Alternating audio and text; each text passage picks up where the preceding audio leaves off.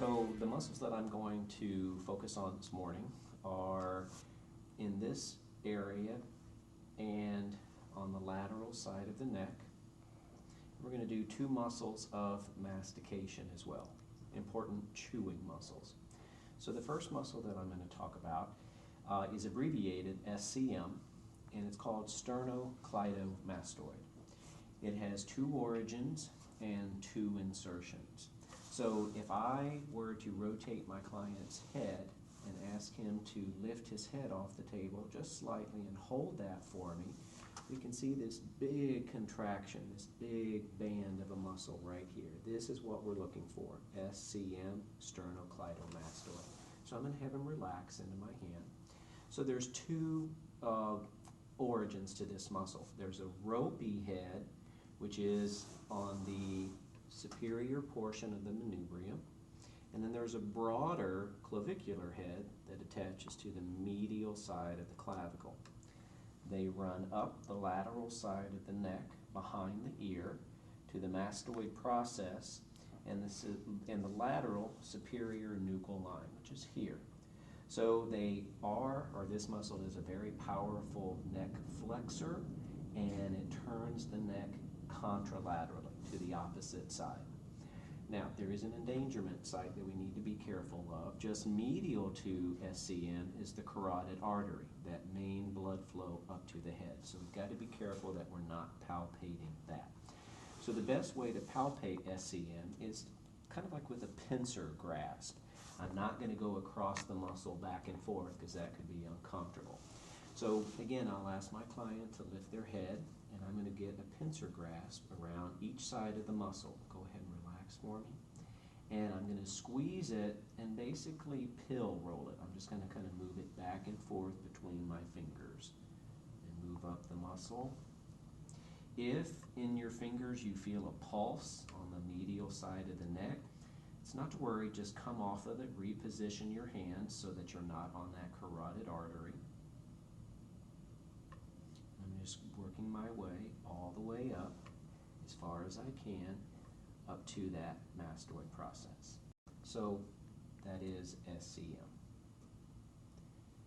Right in this area, it's called the posterior cervical triangle, are three important muscles: anterior scalene, middle scalene, and posterior scalene.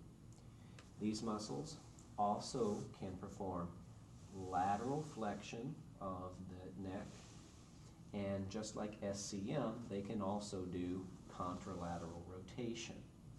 Now, one of the other important things that these muscles do is they help elevate the first two ribs during forced inspiration. So when you're taking a quick deep breath in, these muscles are going to contract. So general location, let's start with anterior scalene. These muscles all originate on the cervical TVPs. So these lateral landmarks on the side of the neck here, these are the TVPs, just below the mastoid process, running down like this. So anterior scalene is from the TVP of C3 to 6, and then inserts onto the first rib. And the muscle runs down like this. So it's important to find SCM first and then just come lateral to that. So I'll ask my client to lift the head one more time. I see right here the very edge. See how I get my fingers under the lateral side of SCM. I'll have him relax. And then if you would, take a quick deep breath in for me. That muscle contracted right under my fingertips. So after they have relaxed, I'm going to bring my fingertips back and forth like this, and I know that I'm on anterior scalene. Then what I'll do is I'll move my fingers lateral again, and I'm going to be on middle scalene. And middle scalene is usually a little bit bulkier than the other two. So it originates from the cervical TVPs of 2 through 7, and it too attaches onto the first rib, but just a little bit more lateral than anterior scalene. Now, there is an important structure that runs right between anterior and middle scalene, and that's the brachial plexus. It's a bundle of nerves that exit through the neck and then innervate the arm. So I've got to be careful that I'm not on that. So I'm about in the position where I need to be. I'm going to have my client take another deep, quick breath in, and that muscle contracted, and I'm going to pull my fingers down more in this fashion towards the table. And then finally, I've got a posterior scalene. And a good way to find the posterior scalene is to find upper traps. So this right here is upper traps. Remember, upper traps starts back here and kind of wraps around to the front of the shoulder. So if I find upper traps, my thumb is about going to be where that scalene is. So I can place my fingertips there instead. Ask my client to take that deep breath in, and it tightened up right there. So when he relaxes, I'm going to push in, and I'm going to palpate posterior scalene right here. And I get a nice little flip of posterior. And I know that I'm on it because posterior scalene is almost going to go out in a fashion like this, almost sort of parallel to the clavicle. And posterior scalene originates from the TVPs of cervical 6 and 7, and it attaches to the second rib. It's the only scalene that attaches to that second rib. So that's SCM, that's our scalenes. What I did show you was palpating the scalenes kind of in this posterior triangle area. But just to recap, I do want to make sure that you also palpate up the side of the neck here where the TVPs are located. This is where those three muscles originate from. So not only would you want to palpate down here in that space, in that triangle, but also just make sure that you come up on the side of the neck as well, because that's where these muscles originate from. And you can just very carefully and with small movements move across these muscles here. So let's do a couple of important muscles of mastication, muscles that chew, muscles that help us talk. So the very first one I'm going to do is called Masseter. It's very, very powerful. So it basically is right here on the side of the jaw, right in the soft portion of the cheek. So just a couple of landmarks. This is the angle of the mandible right here. You can even outline it. And then this flat portion right here is the ramus of the mandible. The cheekbone is called the zygomatic bone, but we're on the zygomatic arch. The zygomatic bone would be here. We're on the zygomatic arch.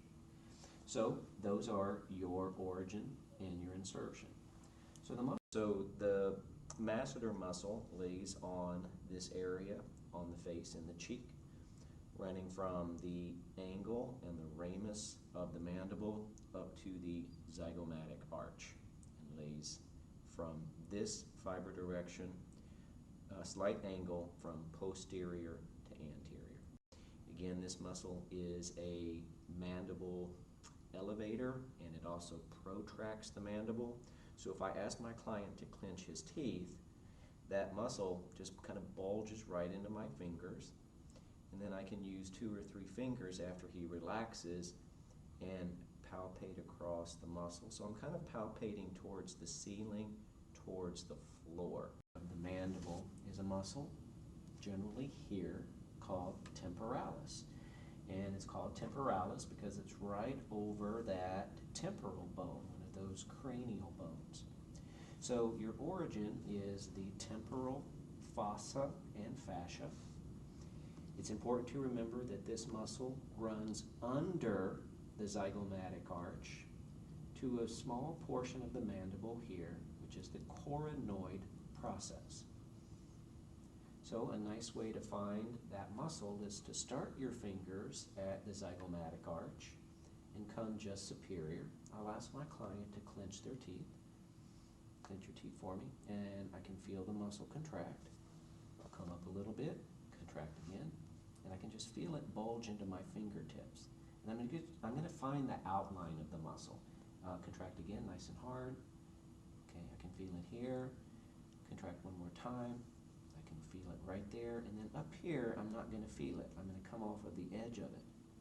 So if I come back down just a little bit, again, kind of like Masseter, I'm going to move my fingertips towards the ceiling and towards the floor. And I'm going to feel that muscle right here. Both of these muscles, both Masseter and Temporalis, because these are big chewing muscles, any of your clients report to you that they grind their teeth at night, or they have TMJ disorder, temporomandibular joint disorder. These would be two important muscles to try and address, get rid of hypertonicity, because if these are tight, these can pull the jaw up, especially at night if you're grinding your teeth. So, Temporalis,